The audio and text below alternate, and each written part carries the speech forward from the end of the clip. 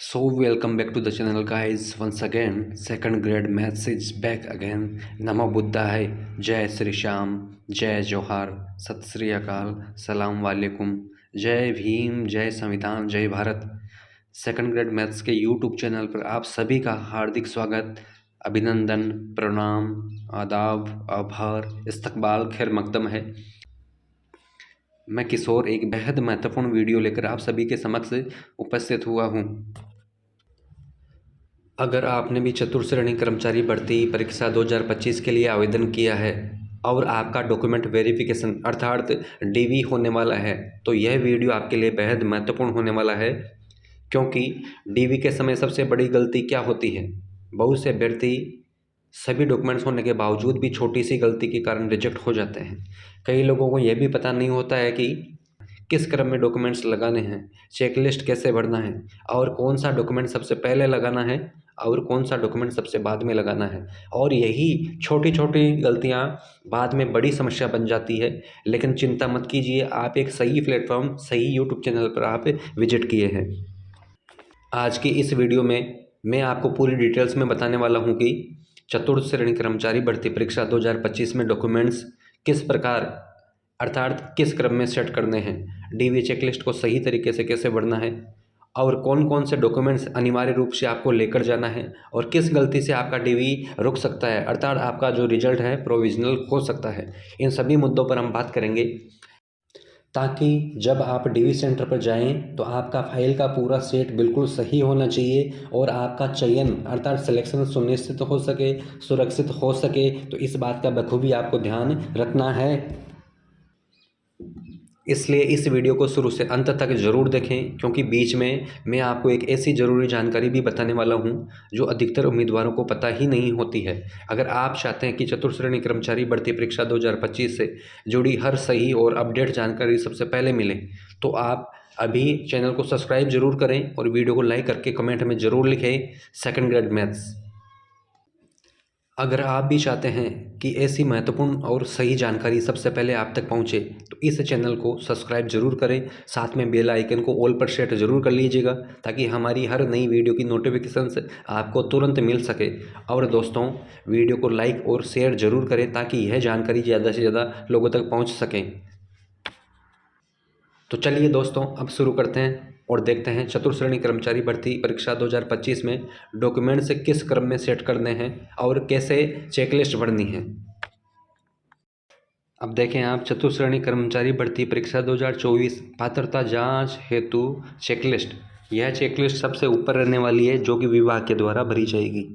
यह विभाग के द्वारा भरी जाएगी और ये पूरी लिस्ट है, हमने एकदम सही क्रम से सेट की है। ये सेट आपको जरूर लेकर जाना है और इसी प्रकार से लेकर जाना है। यह आपका पहला चेकलिस्ट है जो विभाग के द्वारा भरा जाएगा। ठीक है, पहली चेकलिस्ट है जो विभाग के द्वारा भरी जाएगी। यहाँ पर नोडल अधिकारी के हस्ताक्षर आ रहे हैं राइट साइड में नीचे की तरफ। तो ये विभाग के द्वारा भरी जाएगी। इसमें आपको कुछ भी नहीं लिखना है, विभाग ही अपने अनुसार लिखेंगे। अब ये जो दूसरी चेकलिस्ट जो आ रही है ये आपके लिए रहने वाली है, ये आपको हमने कल भर कर बताया है और इस वीडियो में ज़रूर आपको ये वाला वीडियो ज़रूर आपको मेंशन करने वाले हैं। तो ये एक बार फिर से आप देख सकते हैं, ये पूरी चेकलिस्ट हमने भर कर बताई है किस प्रकार से आपको भरना है और इस वीडियो में ये पूरी जानकारी आपको मिल भी जाएगी कि इस चेकलिस्ट को कैसे भरें। राइट साइड में नीचे की तरफ अभ्यर्थी के हस्ताक्षर आपको हस्ताक्षर करने हैं। एक एक चीज़ के बारे में बात करेंगे। ये जितने भी डॉक्यूमेंट्स हैं ये चेकलिस्ट के आधार पर ही हमने इसमें सेट किया है, तो कोई दिक्कत नहीं आने वाली है आपकी। अब आपका जो अटेस्टेशन फॉर्म है या उससे ठीक पहले स्क्रूटनी फॉर्म है, तो स्क्रूटनी फॉर्म, अब आपका स्क्रूटनी फॉर्म आ चुका है। ये आपका ऑनलाइन स्क्रूटनी फॉर्म है जो हमने अटैच किया है। इसी प्रकार से इसी क्रम में आपको ये लगाना है। स्क्रूटनी फॉर्म में जितने पेज है वो सारे पेज साथ में ही लगाने हैं। देख पा रहे हैं सभी, समझ पा रहे हैं स्क्रूटनी फॉर्म।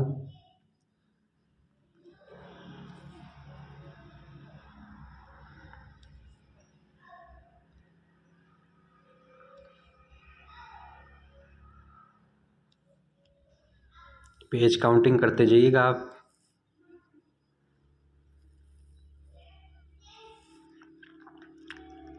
ये सारी चीज़ें आपको भर करके पहले ही आपने रख ली होगी, तो इसमें कोई दिक्कत नहीं रहने वाली है आपके। ये सभी फॉर्म हैं आपने भर कर रेडी कर रखे हैं। हालांकि हमने जो फॉर्म आपको दिखा रहे हैं ये भी भरा हुआ नहीं है, ये पूरा फुलफिल नहीं है, तो ये सारी चीज़ें आपको भरना है। यह एक इम्पोर्टेंट न्यूज है, इसमें देखो लिखा हुआ है शिक्षा संबंधी प्रमाण पत्र प्रपत्र 3। ये सभी को नहीं भरना है, इसमें लिखा हुआ है शिक्षा संबंधी प्रमाण पत्र प्रपत्र संख्या 3।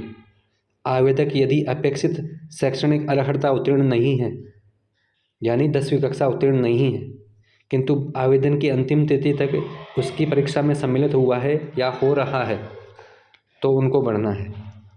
जिन्होंने 10वीं कक्षा 19 अप्रैल 2025 से पहले ही पास कर लिए तो उनको ये भरने की आवश्यकता नहीं है।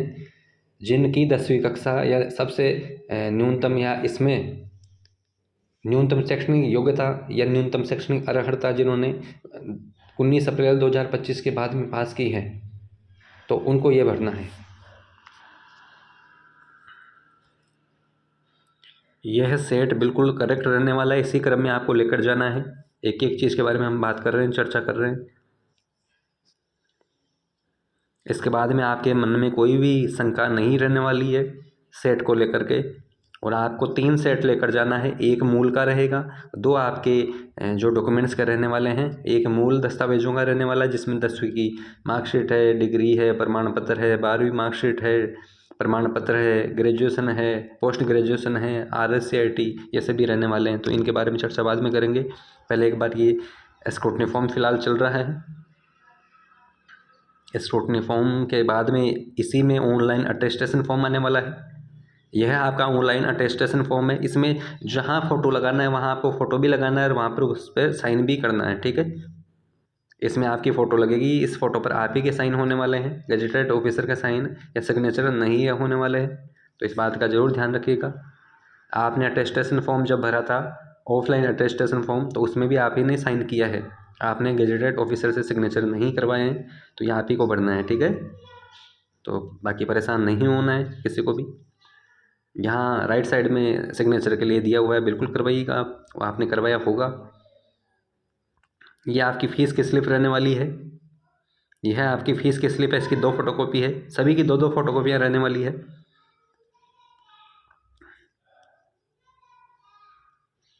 इसके बाद में ये आपका ऑफलाइन अटेस्टेशन फॉर्म आ चुका है, ये इस प्रकार से आपको भरना है। ये आपने भरा है, फिर आपने अपलोड भी किया है स्क्रूटनी फॉर्म में, उसी से ही आपका स्क्रूटनी हुआ है। जिनका स्क्रूटनी फॉर्म नहीं भर पाया DV में शामिल हो सकते हैं। इसके लिए आपको 100 रुपये का पोस्टल ऑर्डर सचिव राजस्थान कर्मचारी चयन बोर्ड जयपुर के नाम से बनवाना पड़ेगा और वो आपको साथ में लेकर जाना है। स्क्रूटनी फॉर्म का मतलब है ऑनलाइन DV, और अभी हो रही है ऑफलाइन DV। ऑफलाइन DV में आपको सभी डॉक्यूमेंट्स हैं और उनकी हार्ड कॉपी लेकर जाना रहता है। तो ये सारे डॉक्यूमेंट्स हैं आपके, ये वहाँ जमा हो जाने वाले हैं। अब ये बिल्कुल क्रम सेट है, एकदम सही क्रम में आ रहे हैं। 10वीं की मार्कशीट है, ये आपकी 10वीं की मार्कशीट आ चुकी है, यह आपकी 10वीं की मार्कशीट रहने वाली है। ये थोड़ा सा इसकी साइज ठीक कर देते हैं वरना दिक्कत रहेगी, ताकि आपको भी समझ में आए कि एक चीज़। ये आपकी 10वीं की मार्कशीट है, ये 10वीं की मार्कशीट का जो प्रमाण पत्र है, सर्टिफिकेट पहले लगाया करता था वर्ष 2009 तक। वर्ष 2009 देख पा रहे हैं आप यहाँ, ये वर्ष 2009 तक ये लगाया करता था। 10वीं और 12वीं का प्रमाण पत्र लगाया करता था। 2009 के बाद में आपका जो प्रमाण पत्र है वो मार्कशीट के साथ ही शामिल कर दिया गया था। अब ये आप देख पा रहे हैं 2011 की मार्कशीट है, इसमें लिखा हुआ है प्रमाण पत्र अंक तालिका सहित। तो यहाँ पर आपका प्रमाण पत्र है अंक तालिका सहित है, तो इसमें आपका अलग नहीं रहने वाला है, ये साथ ही है। इसी प्रकार से लगाना है। 10वीं की मार्कशीट है, उसके बाद में प्रमाण पत्र, 12वीं की मार्कशीट और इसका प्रमाण पत्र अर्थात सर्टिफिकेट। इसके बाद में आपके डॉक्यूमेंट आ जाएंगे ग्रेजुएशन के, यानी कि आपके BA, BSc, BCom तीनों ईयर की मार्कशीट लगाना है। ये फर्स्ट ईयर की मार्कशीट हो गई, ये आपकी BSc फर्स्ट ईयर की मार्कशीट, BSc सेकंड ईयर की मार्कशीट, BA, BSc, BCom तीनों के लिए बता रहे हैं, तीनों की सेकंड ईयर की मार्कशीट है। यहाँ BA BSc BCom की 3rd ईयर की मार्कशीट रहने वाली है। ठीक है, सभी को समझ में आ रहा होगा। यहाँ आपकी डिग्री रहने वाली है BA BSc BCom, BA BSc BCom इनकी है डिग्री रहने वाली है। डिग्री लगाना अनिवार्य है, यही आपकी उपाधि रहती है। देखो, देख पा रहे हैं आप, यहाँ लिखा हुआ है बैचलर ऑफ साइंस, उसके ठीक नीचे की उपाधि प्रदान की गई, तो ये आपकी उपाधि रहने वाली है।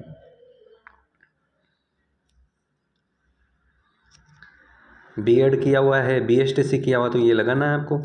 B.Ed प्रीवियस ईयर मार्कशीट है, यह है आपकी B.Ed प्रीवियस ईयर की मार्कशीट रहने वाली। B.Ed सेकंड ईयर की मार्कशीट या B.Ed फाइनल ईयर की मार्कशीट रहने वाली है।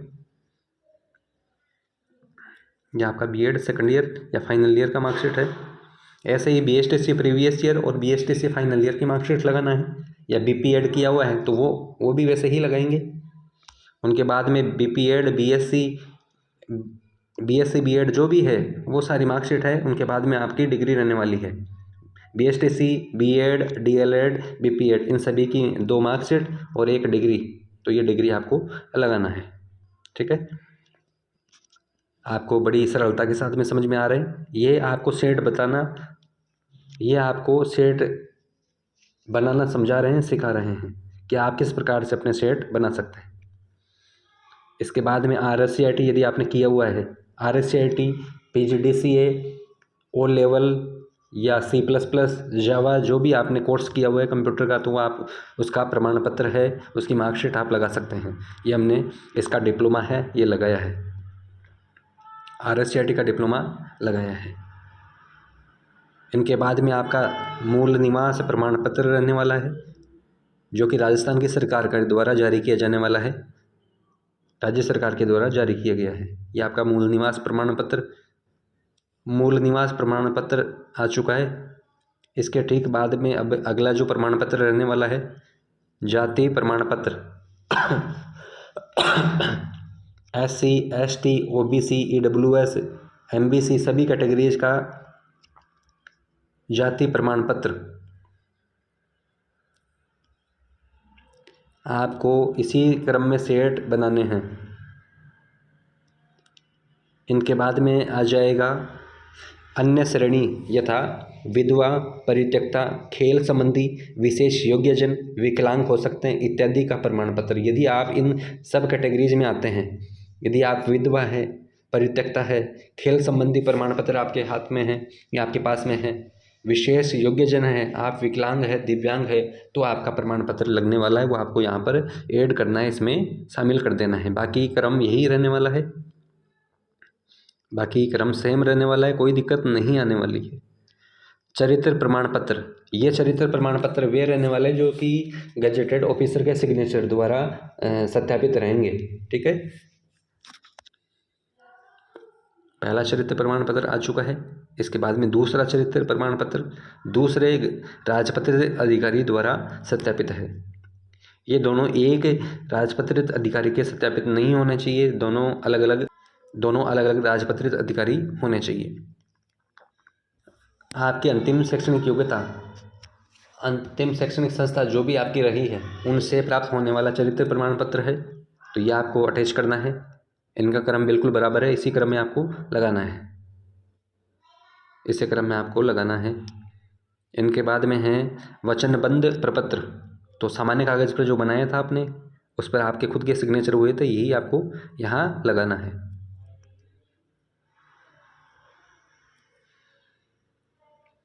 संविधान संबंधी प्रतिज्ञा, ये शपथ पत्र है सामान्य कागज पर, तो ये आपको संविधान संबंधी प्रतिज्ञा लेनी है, उस पर आपका सामान्य कागज पर ये बना हुआ है, ये आपने लगाया है, इसी क्रम में इनको लगाना है।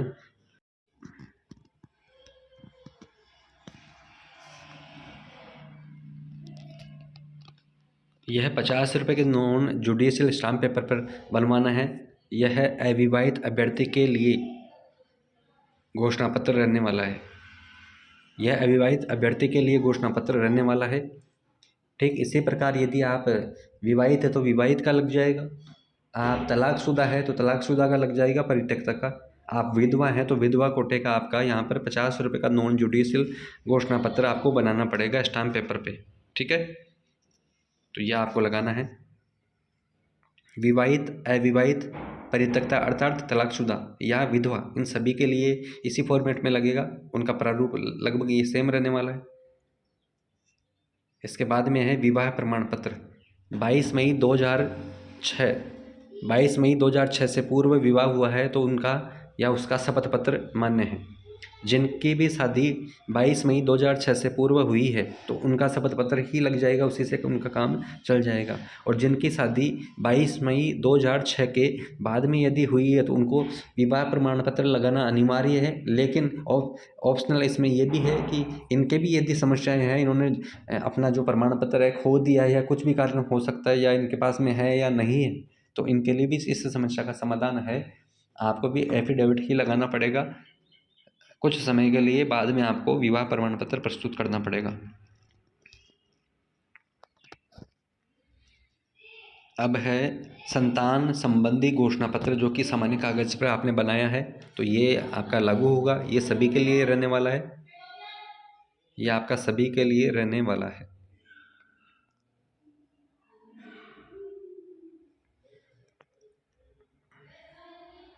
₹50 के नॉन जुडिशियल स्टाम्प पेपर पर यह बनवाया गया है आपका सामान्य घोषणा पत्र। ये सभी के लिए अनिवार्य है, चाहे आप तलाकशुदा हो, चाहे विधवा हो, चाहे परित्यक्ता है, या फिर आप अविवाहित और विवाहित हैं तो भी आपको ये लगाना पड़ेगा। ये सभी के लिए लागू होने वाला स्टाम्प पेपर है।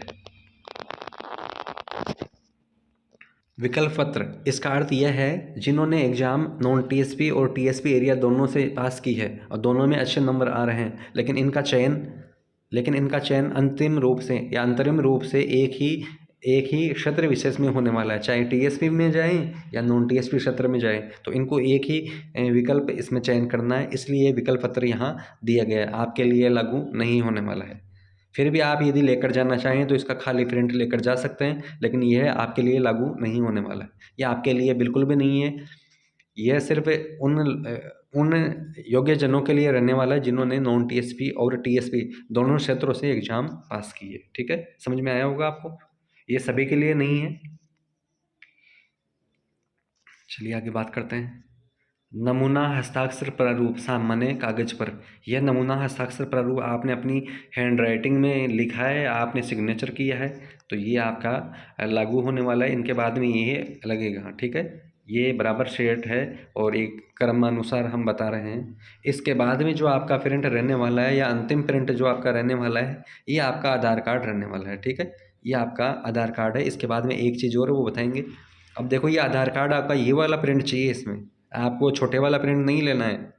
आपको ये नीचे वाला जो इतना सा प्रिंट है तो ये नहीं लेना है आपको ये पूरा बड़ा वाला प्रिंट लेना है। इसके 2 प्रिंट निकलवाना है आपको, 2 फोटोकॉपी आपको निकलवा लेनी है। चार्ज उतना ही लगने वाला है तो 2 ही प्रिंट आप निकलवाएं। ठीक है, यही आपको प्रिंट लेना है।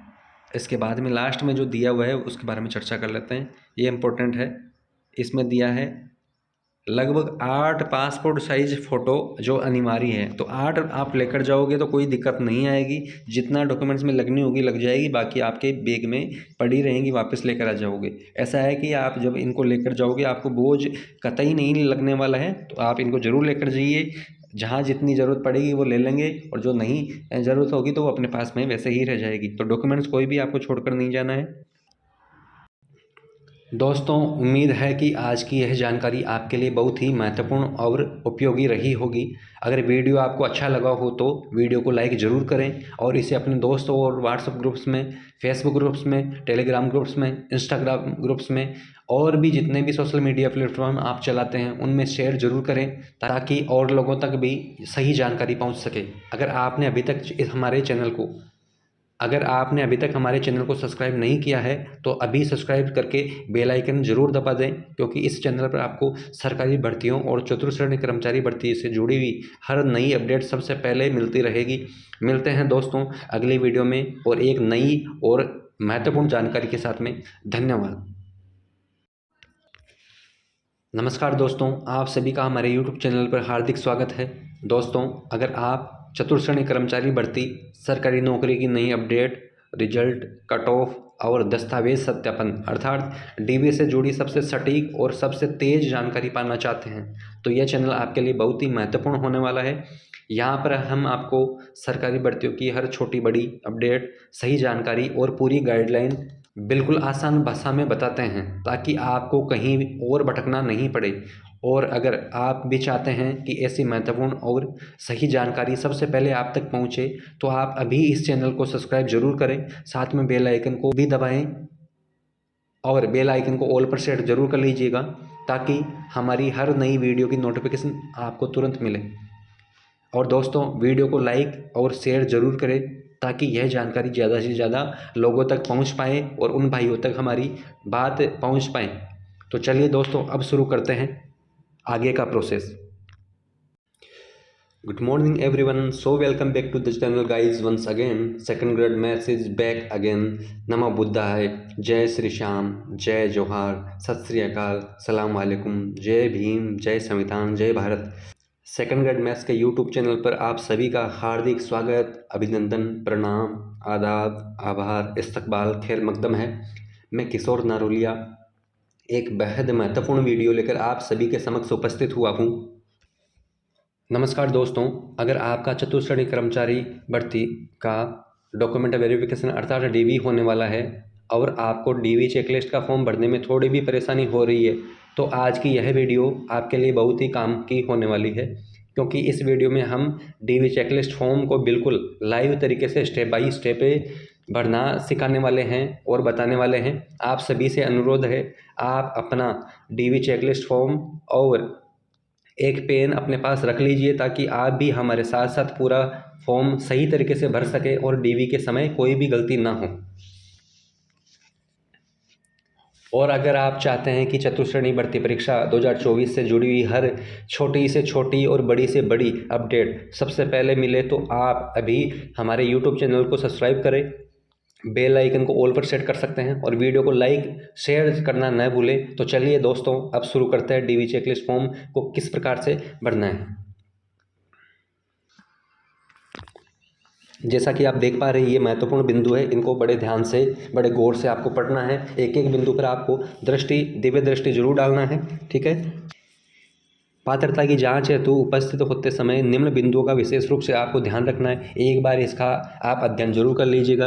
ये जो 2 पेज है इनका अध्ययन आप जरूर करें, ये आपके लिए कारगर साबित होने वाले हैं। इसमें वो सारी चीज़ें लिखी हुई है जो हमने पहले भी आपसे जिक्र किया है, तो आप सभी इनको बड़े गौर से बड़े धैर्य से पढ़ना, एक एक चीज़ पर आपको फोकस करना है, ये सारी चीज़ आपको लेकर जानी है। हालांकि इसमें बाद में बात करेंगे, पहले एक बार आगे जो अपना चेकलिस्ट है, डीवी चेकलिस्ट फॉर्म है, उसको भरने का तरीका बता रहे हैं।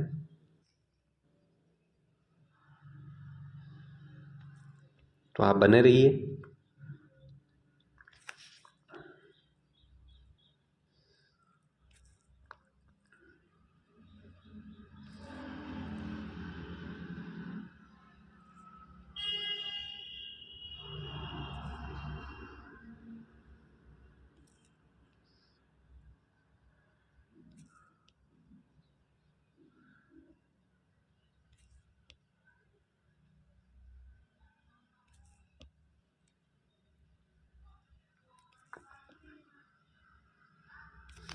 चलिए, आपके सामने चतुर्थ श्रेणी कर्मचारी भर्ती परीक्षा 2024 पात्रता जांच हेतु चेकलिस्ट वो आपके समक्ष आ चुकी है। आप देख पा रहे हैं, यह जो चेकलिस्ट है ये आपके लिए नहीं रहने वाली है, ये विभाग के द्वारा भरी जाएगी। आपको पास किया जाएगा तो उसमें रीजन दिया जाएगा। आपको किसी में कोई डॉक्यूमेंट आपके पास में नहीं है तो उसके बारे में वो अपने आप लिखेंगे, ठीक है। आपको चेकलिस्ट ये वाली नहीं भरना है, एक बार देख लीजिए आप। ये विभागीय कर्मचारियों के द्वारा भरी जाएगी, जो आपके डीवी में अधिकारी रहेंगे उनके द्वारा ये भरी जाएगी। तो एक बार देख लीजिए आप। ये नोडल अधिकारी के द्वारा हस्ताक्षरित है तो ये उन्हीं के द्वारा भरी जाएगी, ये आपके लिए नहीं है। आपकी चेकलिस्ट हमने पहले ही पढ़कर बताई थी, एक एक चीज़ के बारे में चर्चा की थी। चतुर्थ श्रेणी कर्मचारी भर्ती सीधी भर्ती परीक्षा 2024 अभ्यर्थी से स्वयं भरकर प्रस्तुत करें, ये आपको भरना है, जो आपको हमने पहले भी भरना सिखाया था। इसमें सबसे पहले अपना नाम लिखना है, जन्म तिथि, लिंग मेल है या फीमेल है, जो भी है वो आपको लिखना है। ईमेल आपकी लगानी है, ईमेल आपकी सेम रहनी चाहिए जो आपके चतुर्थ श्रेणी कर्मचारी भर्ती परीक्षा के आवेदन फॉर्म में जो आपने लगाई थी, वही ईमेल रहनी चाहिए जो SSID में है, वही ईमेल आपको यहाँ पर दर्ज करनी है। रोल नंबर आपके लगाने हैं। आयु वर्षों में एज ऑन 1 जनवरी 2026, 1 जनवरी 2026 को आप कितने वर्ष के, कितने माह के और कितने दिनों के हो चुके हैं, तो ये आपको लगाना है। मोबाइल नंबर लिखना है। एक पासपोर्ट साइज फ़ोटो आपको लगाना है, पासपोर्ट साइज फ़ोटो आपको लगाना है। आगे बात कर लेते हैं। इसमें सबसे पहले दिया हुआ है विस्तृत आवेदन सह परिनिरीक्षा प्रपत्र स्क्रूटनी फॉर्म। यदि आपने भरा है तो हाँ लिखना है, नहीं भरा है तो ना लिखना है। जिन्होंने नहीं भरा है तो वो भी DV में शामिल हो सकते हैं। उनको राजस्थान कर्मचारी चयन बोर्ड के नाम पर 100 रुपये का पोस्टल ऑर्डर बनवाना पड़ेगा और वो आपको साथ में लेकर जाना है। जारी करने की तिथि जिस दिन आपने स्क्रूटनी फॉर्म भरा है उसकी डेट लगानी है। दस्तावेज पृष्ठ संख्या जितनी है वो उतनी लिख देनी है, 5 है, 6 है, 7 है, जितने भी है वो लिख देना है। 2 नंबर बिंदु है मैट्रिक, हाई स्कूल, सेकेंडरी अंक तालिका एवं प्रमाण पत्र जन्म दिनांक हेतु। तो ये आपको दस्तावेज आपके पास में है, 10वीं की अंक तालिका है, प्रमाण पत्र भी है तो हाँ लिखना है, नहीं है तो ना लिखना है। वो जारी करने की दिनांक लगा देनी है। प्रपत्र संख्या कितनी है वो उतनी आपको इसमें दर्ज कर देनी है। मूल निवास प्रमाण पत्र 1 पृष्ठ रहने वाला है। जारी करने की दिनांक आपको दर्ज कर देनी है। दस्तावेज उपलब्ध है, हाँ बिल्कुल उपलब्ध होगा तो लगाना है हाँ, नहीं तो ना लिखना है। जारी करने की तिथि लगा देनी है। श्रेणी SC, ST, OBC, MBC, EWS, Sahariya और TSP। यदि जिस भी कैटेगरी से आप बिलोंग करते हैं तो आपको लिखना है हाँ, कैटेगरी का नाम टिक कर देना है और हाँ लिख देना है इसमें, और जारी करने की तिथि लिखना है। साथ ही साथ दस्तावेज पृष्ठ संख्या आपको दर्ज कर देनी है। एक प्रिंट रहने वाला है, एक पेज रहने वाला है तो एक पर टिक कर देना है, एक लिख देना है। अन्य श्रेणी यथा विधवा, परित्यक्ता, खेल संबंधी, विशेष योग्यजन, विकलांग इत्यादि का प्रमाण पत्र। 2 मूल चरित्र प्रमाण पत्र अलग अलग राजपत्रित अधिकारियों से प्रमाणित होने चाहिए जो आपने बनवाए थे। तो दस्तावेज उपलब्ध है तो हाँ लिखना है और जारी करने की तिथि, जो जारी करने की तिथि वो आपको इसमें दर्ज कर देनी है।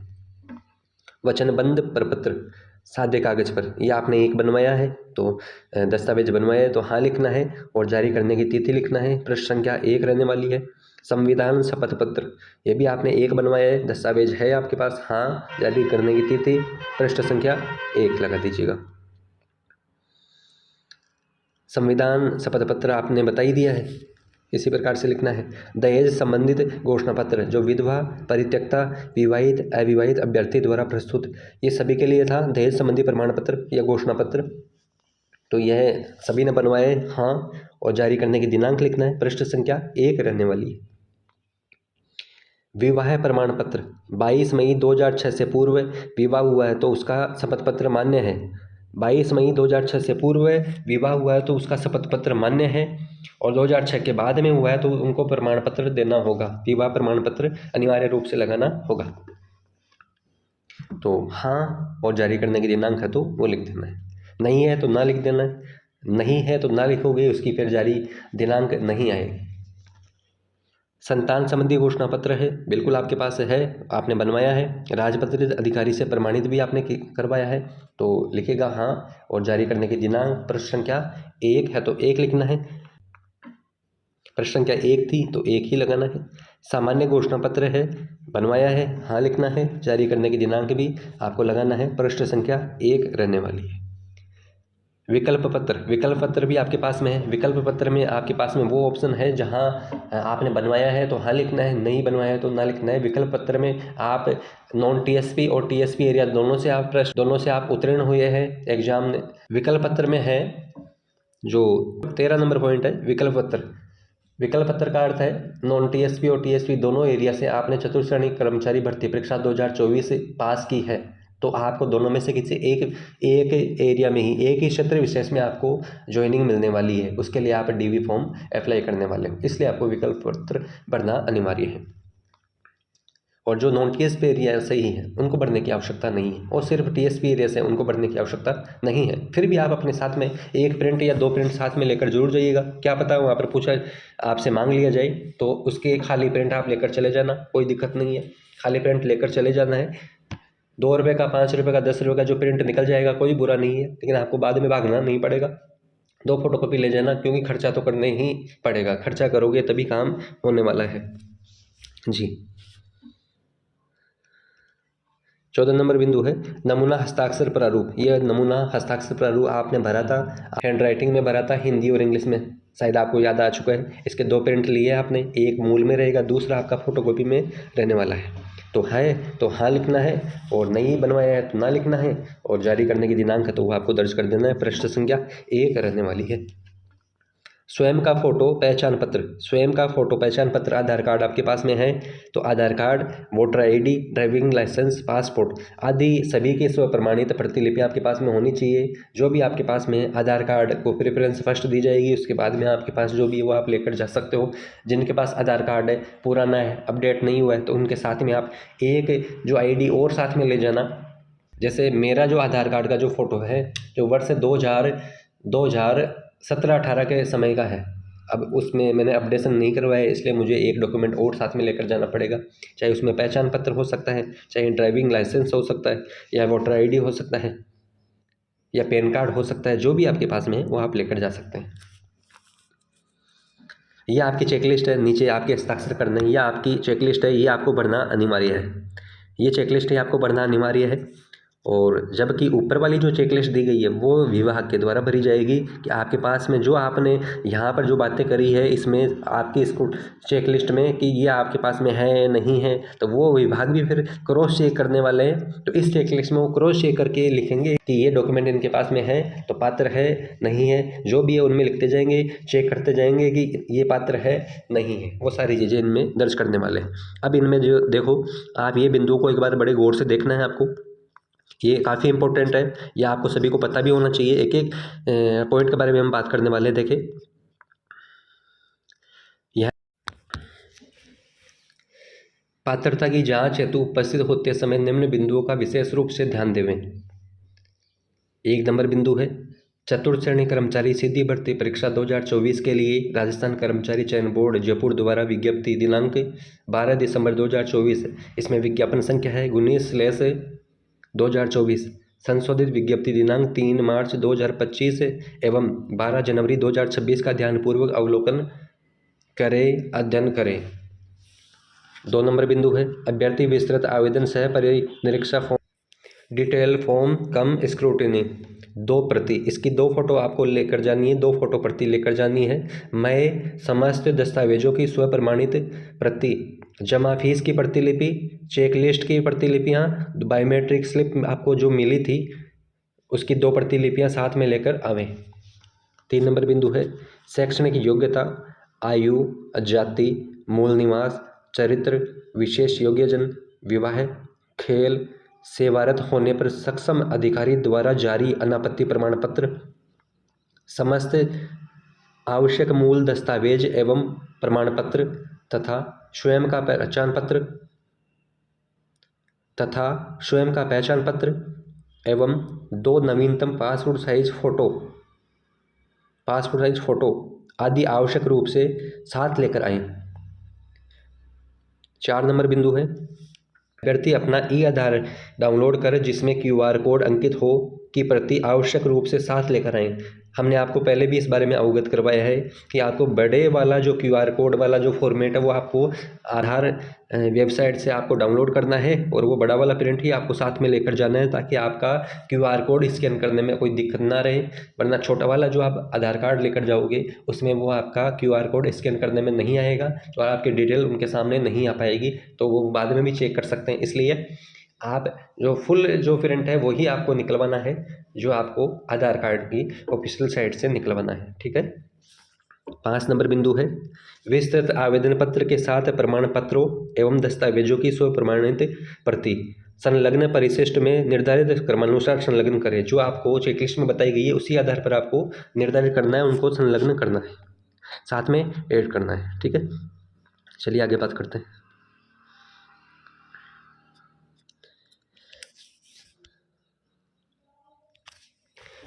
6 नंबर बिंदु है अभ्यर्थियों द्वारा ऑनलाइन विस्तृत आवेदन सह परिनिरीक्षा फॉर्म डिटेल फॉर्म कम स्क्रूटनी भरना अनिवार्य है।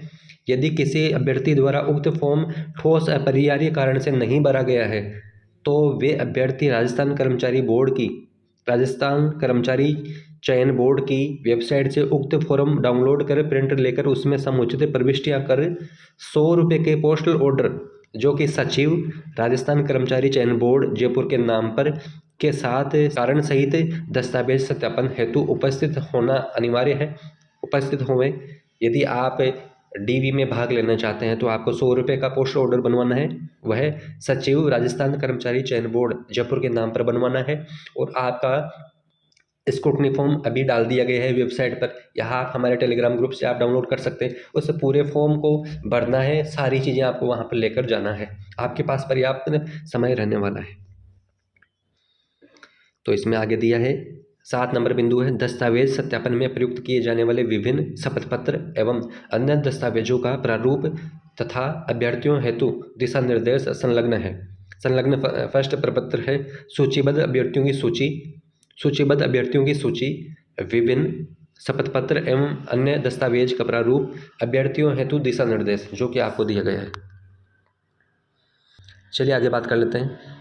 इसमें दिया है कार्यालय संयुक्त निदेशक स्कूल शिक्षा अजमेर संभाग अजमेर के द्वारा। तो ये सभी के लिए रहने वाली है, अजमेर के लिए पर्टिकुलर नहीं है, सभी विभागों के लिए यही रहने वाली है। इसमें दिया है, समझिए आप, चतुर्थ कर्मचारी सीधी भर्ती परीक्षा 2024 अभ्यर्थी द्वारा विस्तृत आवेदन सह परिनिरीक्षा प्रपत्र के साथ दस्तावेज नथिबद्ध करने हेतु जारी आवश्यक दिशा निर्देश। ऑनलाइन विस्तृत आवेदन सह परिनिरीक्षा प्रपत्र में आवश्यक कॉलम की पूर्ति की जाकर 2 प्रतियों में प्रस्तुत किया जाना है। विस्तृत आवेदन सह परिनिरीक्षा प्रपत्र की दोनों प्रतियों के साथ स्वयं हस्ताक्षरित अपलोड किए गए दस्तावेजों को निम्नानुसार नथिबद्ध की जानी है। निम्न के अनुसार आपको नथिबद्ध करना है, उनको संलग्न करना है। इसमें जो पहला बिंदु आपके सामने रखा गया है वो आप पढ़ें। पहला बिंदु है शैक्षणिक योग्यता सत्यापन हेतु संपूर्ण अंक तालिकाएं प्रमाण पत्रों की प्रतिलिपियों सहित आपकी अंक तालिकाएं अर्थात आपकी मार्कशीट विद सर्टिफिकेट आपको लगानी है। 2 नंबर बिंदु है जन्म तिथि के सत्यापन हेतु सेकेंडरी उत्तीर्ण की अंक तालिका अर्थात आपकी 10वीं की पास की हुई अंक तालिका, मार्कशीट है की प्रति, जन्म प्रमाण पत्र की प्रतिलिपि, दोनों में से जो आपके पास में उपलब्ध है वो आप लगा सकते हो जी। 3 नंबर बिंदु है मूल निवास प्रमाण पत्र की प्रति, मूल निवास प्रमाण पत्र की प्रति आपको लगाना है। अनुसूचित क्षेत्र अर्थात टीएसपी का निवासी होने की स्थिति में अनुसूचित क्षेत्र का विशेष मूल निवास प्रमाण पत्र की प्रतिलिपि आपकी लगने वाली है। 4 नंबर बिंदु है, उसके बारे में बात करते हैं, चर्चा करते हैं। 4 नंबर बिंदु में दिया गया है जाति प्रमाण पत्र, आर्थिक रूप से कमजोर, अनुसूचित जाति, अनुसूचित जनजाति, अन्य पिछड़ा वर्ग के लिए अन्य पिछड़ा वर्ग का प्रमाण पत्र जिसमें अति पिछड़ा वर्ग के सम्मिलित जातियों का नाम हो या शहरिया आदिम जाति का सक्षम स्तर से जारी प्रमाण पत्र हो। और विज्ञापन में उल्लेखानुसार कार्मिक क्रम संख्या 2 है विभाग के परिपत्र दिनांक 20 जनवरी 2022 के अनुसार अनुसूचित जाति, अनुसूचित जनजाति, अन्य पिछड़ा वर्ग, अति पिछड़ा वर्ग एवं आर्थिक रूप से कमजोर वर्ग के अभ्यर्थियों को आरक्षण का लाभ लेने हेतु जाति प्रमाण पत्र ऑनलाइन आवेदन की अंतिम तिथि जारी किया हुआ प्रस्तुत करना होगा। आवेदन की अंतिम तिथि के बाद का प्रमाण पत्र वाले अभ्यर्थी शपथ पत्र प्रस्तुत करें। 5 नंबर बिंदु है दस्तावेज सत्यापन के समय हस्तलिपि बोर्ड की वेबसाइट पर उपलब्ध प्रारूप अनुसार की जांच हेतु हिंदी एवं अंग्रेजी भाषा में अभ्यर्थी द्वारा पैराग्राफ अपलोड करें एवं उसकी मूल प्रति साथ लावें। विस्तृत आवेदन में अपलोड की जाने वाली फ़ोटो एवं आवेदन में अपलोड की जाने वाली दोनों फ़ोटो समान होनी चाहिए। हस्ताक्षर आवेदन में किए गए हस्ताक्षर समान होने चाहिए। 6 नंबर बिंदु की बात करते हैं। 6 नंबर बिंदु है अन्य प्रमाण पत्र, इनमें से जो लागू हो उसके बारे में चर्चा कर लेते हैं। बिंदु ए है विधवा महिला के मामले में महिला के पति का मृत्यु प्रमाण पत्र की प्रतिलिपि आपको लेकर जाना है जिसमें पत्नी का नाम स्पष्ट अंकित हो। उक्त श्रेणी की अभ्यर्थियां साक्ष्य के रूप में पति की मृत्यु का प्रमाण पत्र के साथ विवाह पंजीयन प्रमाण पत्र अथवा पति पत्नी की कोई संयुक्त आईडी, राशन कार्ड, आधार कार्ड, वोटर आईडी अथवा प्रमाणित दस्तावेज संलग्न करें जिसमें पति पत्नी का उल्लेख होना आवश्यक है, अति आवश्यक है। इस श्रेणी की अभ्यर्थना पुनर्विवाह किए जाने नहीं किए जाने के संबंध में फोटोयुक्त स्व हस्ताक्षरित घोषणा पत्र संलग्न करें। बी नंबर पॉइंट है, परित्यक्ता महिला के मामले में सक्षम न्यायालय द्वारा जारी डिग्री की प्रति आपको लगाना है। उक्त श्रेणी अभ्यर्थियां तलाक की डिग्री आवश्यक रूप से प्रस्तुत करें और यदि पति पत्नी की कोई संयुक्त आईडी हो तो वह भी आप संलग्न कर सकते हैं। इस श्रेणी की अभ्यर्थियों द्वारा पुनर्विवाह किए जाने या नहीं किए जाने के संबंध में फोटोयुक्त स्व हस्ताक्षरित घोषणा पत्र साथ में संलग्न करना है। चलिए बात कर लेते हैं। सी नंबर बिंदु है, निःशक्तजन के मामले में सक्षम चिकित्सा अधिकारी मेडिकल बोर्ड द्वारा प्रदत्त निःशक्तता प्रमाण पत्र जो 40% या इससे अधिक निःशक्तता का हो एवं दिव्यांगजन अभ्यर्थियों द्वारा यूनिक डिसेबिलिटी आईडी UID का प्रमाण पत्र प्रस्तुत करना अपेक्षित है। डी नंबर बिंदु है, उत्कृष्ट खिलाड़ियों के मामलों में विज्ञप्ति दिनांक 12 दिसंबर 2024, विज्ञापन संख्या 19/2024 है। संशोधित विज्ञप्ति दिनांक 3 मार्च 2025 एवं 12 जनवरी 2026 में अंकितानुसार सक्षम स्तर के प्रमाण पत्र और पत्रों की सक्षम स्तर के प्रमाण पत्र या पत्रों की प्रतियां। उक्त खेल प्रमाण पत्र इस भर्ती में आवेदन करने की अंतिम तिथि से पूर्व का होना अति आवश्यक है। ई नंबर बिंदु की बात करते हैं। भूतपूर्व सैनिकों के मामले में सेवानिवृत्ति आदेश एवं डिस्चार्ज डायरी या NOC की प्रति एवं स्व घोषणा पत्र या वचनबंध आपको देना अनिवार्य है। चलिए आगे बात करते हैं। एफ नंबर बिंदु है, अलग अलग राजपत्रित अधिकारियों द्वारा जारी 2 मूल चरित्र प्रमाण पत्र, प्रथम सेट के साथ दोनों मूल चरित्र प्रमाण पत्र आपको लगाना है तथा दूसरे सेट के साथ 2 फोटो प्रतियां अनिवार्य रूप से लगावें। जी बिंदु है, अंतिम शैक्षणिक संस्था द्वारा जारी मूल चरित्र प्रमाण पत्र और उसकी फोटो प्रति लगाना है। एच नंबर बिंदु है, हस्तलिखित बोर्ड की वेबसाइट पर उपलब्ध प्रारूप अनुसार स्वयं प्रमाणित प्रथम सेट के साथ मूल हस्तलिखित प्रपत्र तथा दूसरे सेट के साथ फोटो प्रति लगावें। आई नंबर बिंदु है, शपथ पत्र नोटरी से सत्यापित होना चाहिए। दस्तावेज स्वयं द्वारा जांच कर अपलोड करवाए जाने एवं फर्जी या कोर्ट रचित पाए जाने पर आवश्यक कार्रवाई किए जाने के संबंध में दिशा निर्देश दिया हुआ है। इसमें लिखा हुआ है, प्रथम सेट के साथ मूल शपथ पत्र तथा दूसरे सेट के साथ फोटो प्रति लगावें। जे नंबर बिंदु है, विवाह होने की स्थिति में विवाह पंजीयन प्रमाण पत्र की प्रति आपको लगाना है। चलिए आगे बात करते हैं। 7 नंबर बिंदु है, अभ्यर्थी सभी शैक्षणिक जाति, मूल निवास एवं विकलांगता प्रमाण पत्र एवं अन्य प्रमाण पत्रों का अवलोकन कर ले तथा नाम में वर्तनी स्पेस संबंधी त्रुटि या अंतर होने पर शपथ पत्र प्रस्तुत करें। अभ्यर्थी पात्रता जांच हेतु ऑनलाइन विस्तृत आवेदन सह परिनिरीक्षा प्रपत्र की 2 प्रतियां, स्वयं का फोटो ID प्रूफ व 2 पासपोर्ट साइज के फोटो अवश्य लेकर आएँ। 2 पासपोर्ट साइज के फोटो अवश्य लेकर आवें। 9 नंबर बिंदु है, अभ्यर्थी को दिशा निर्देशों का ध्यान पूर्वक अध्ययन करते हुए विस्तृत आवेदन पत्र में संलग्नों को एवं